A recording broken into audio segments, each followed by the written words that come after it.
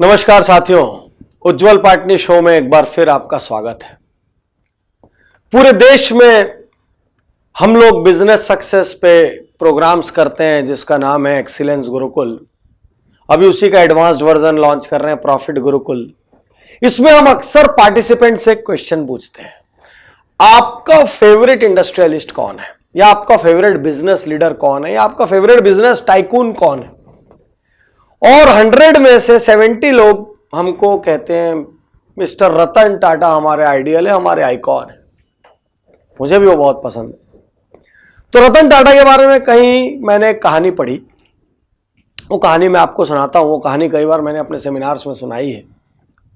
कहते हैं कि रतन टाटा एक बार अपने एक निजी हेलीकॉप्टर से कहीं जा रहे थे और हेलीकॉप्टर में कोई प्रॉब्लम आ गई और उस हेलीकॉप्टर को आपात लैंडिंग करनी पड़ गई। एक जगह जहां पर आपात लैंडिंग हुई, तुरंत उनके साथ जो लोग थे उन्होंने आसपास के टाटा के डीलर्स को खबर कर दिया। अब टाटा के इतने सारे प्रोडक्ट हैं, हर जगह कोई ना कोई डीलर है, तो तुरंत तत्काल बहुत सारे डीलर्स वगैरह टाटा साहब आए, उनको लेने आ गए। अब जो भी नई व्यवस्था होनी थी, जो भी रिप्लेसमेंट में आ रहा था, उसको आने में कम से कम 4-5-6 घंटे का समय था। तो रतन टाटा ने पूछा कि आसपास अपना कोई प्लांट है? तो किसी ने बताया हाँ सर ये प्लांट है। तो रतन टाटा ने बोला चलो वहां चलते हैं।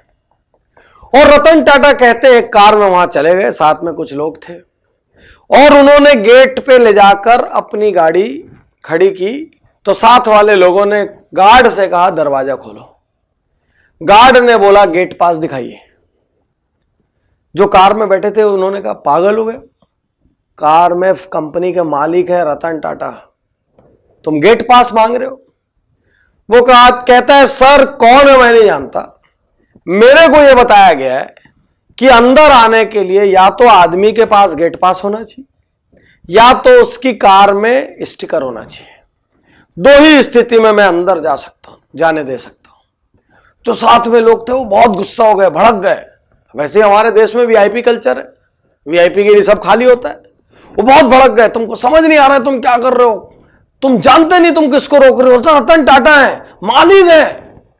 तो वो बड़े मासूमियत से कहता है गार्ड सर यदि मालिक है तो उनको तो गेट पास आराम से मिल जाएगा, यदि मालिक है तो उनको आई कार्ड की क्या दिक्कत है। तो वो अपनी जगह अड़ के बैठा रहा, उसने दरवाजा नहीं खोला। अंदर पूरा खबर फैल गई कि टाटा साहब को रोक लिया गेट पे। अंदर से दौड़ते दौड़ते अधिकारी बाहर आए, तुरंत गेट खुलवाए, और एक अधिकारी ने उसको कहा तेरे को तो बताते हैं, देख लेंगे तुमको।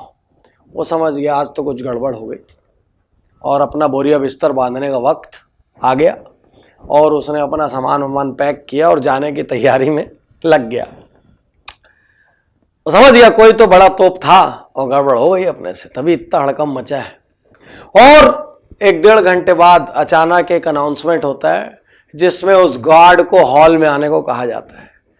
अब वो गार्ड सोचता है अरे बाप रे, सबके बीच में मेरे साथ आज सब कुछ किया जाएगा। वो गार्ड डरते डरते जाता है हॉल में, और हॉल में जाता है तो क्या देखता है, उसका नाम स्टेज से अनाउंस किया गया और सारे लोगों ने उसके लिए ताली बजाई। पूरा हॉल उसके लिए ताली बजा रहा था। और वहीं को वहीं उस गार्ड के लिए एक बड़े अवार्ड का अनाउंसमेंट किया गया और साथ में कैश प्राइज दिया गया। ऐसा क्या किया था उस गार्ड ने? उसने तो उल्टा मालिक को रोका था। हमारे यहां कोई रोक दे नॉर्मली मालिक को, बाद में वो फायर हो जाएगा। लेकिन उसको सम्मान मिला, लेकिन उसको तालियां मिली, लेकिन उसको प्रमोशन मिला, लेकिन हर व्यक्ति की नजर में वो हीरो हो गया। ऐसा क्यों? क्योंकि रतन टाटा ने एक बात कही, यदि इसको यह सिखाया गया था कि इस गेट से आने वाले हर आदमी के पास गेट पास होना चाहिए या उसकी कार में स्टिकर होना चाहिए, यदि इसने गेट पास और स्टिकर ना होने की वजह से मुझे रोका है तो इसका मतलब ये अपनी जगह का मालिक है, ये उस गेट का मालिक है और इसने एक नियमतः बर्ताव किया है कि जो कुछ होगा नियम से होगा। इसने परवाह नहीं की गेट पे कौन है और कौन नहीं है। ये दबाव से हटा नहीं, ये दबाव से डिगा नहीं, ये दबाव से डरा नहीं, और इसने गेट पर वो किया जो एक सच्चे ओनर मेंटेलिटी वाले इंसान को करना चाहिए। आज मैं आपसे कहना चाहता हूं, आप यदि कहीं जॉब भी करते हैं तो आप स्टाफ बन के जॉब मत करिए, ओनर बन के जॉब करिए। ओनर एक पद नहीं है, ओनर एक सोच है। ओनर सैलरी से नहीं होते हैं, ओनर माइंड सेट से होते हैं। हो सकता है आप पानी पिलाते हो, ऐसा पानी पिलाइए कि सामने वाले को लगे क्या आग्रह से पिलाया है। हो सकता है आप पेंट्री में हो, आप चाय पिलाते हो, ऐसी चाय पिलाइए कि उतनी मनोहार किसी ने ना की हो। आप ऐसे काम करिए कि आपके बॉस, आपके मैनेजमेंट आप पे ब्लाइंड भरोसा करें।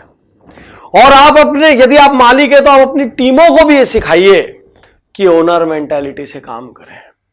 एक ओनर घड़ी नहीं देखता, एक ओनर परवाह नहीं करता, एक ओनर इसीलिए क्योंकि वो सुबह 6 बजे भी काम कर सकता है और रात को 12 बजे भी काम कर सकता है। और यदि ग्रो करना है जिंदगी में तो ओनर मेंटालिटी जरूरी है, क्योंकि ओनर मेंटालिटी हो सकता है आपको अपनी कंपनी के बहुत ऊपर के पदों पे ले जाए। ओनर मेंटालिटी ये भी हो सकता है आपको खुद कहीं का ओनर बना दे। तो ओनर एक सोच है, ओनर एक माइंडसेट है, ओनर एक थॉट प्रोसेस है।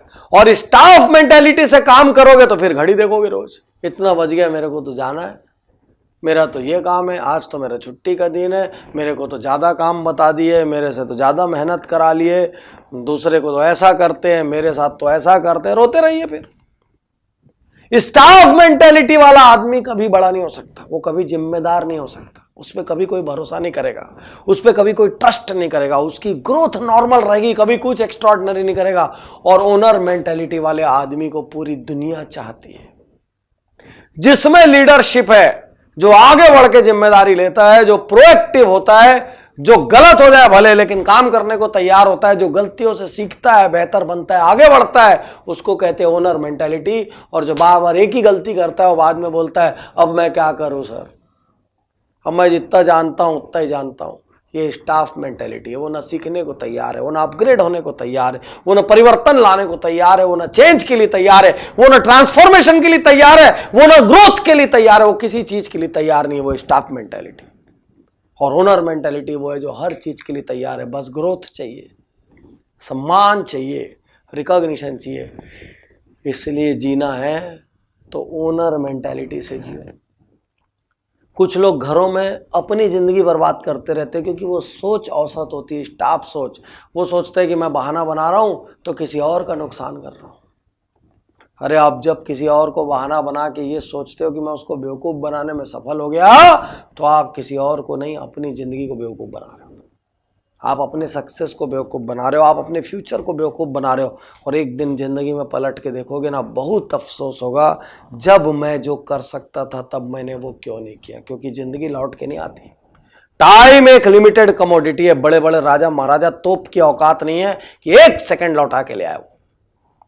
इसलिए याद रखना, हर दिन जो गंवा रहे हो, हर दिन जो औसत बन के जी रहे हो, वो लौटा नहीं पाओगे, बहुत अफसोस होगा। इसलिए आज से हर पल ओनर मेंटालिटी के साथ अपने हर काम की जिम्मेदारी लो। जो आप बोल रहे हो उन शब्दों की जिम्मेदारी लो, जो आप सोच रहे हो उन विचारों की जिम्मेदारी लो, क्योंकि आपका भविष्य कोई ज्योतिषी नहीं बता पाएगा। आप हर दिन जो कर रहे हैं उससे हफ्ता बन रहा है, हर हफ्ते जो कर रहे हैं उससे महीना बन रहा है, और हर महीने जो कर रहे हैं उससे साल बन रहा है।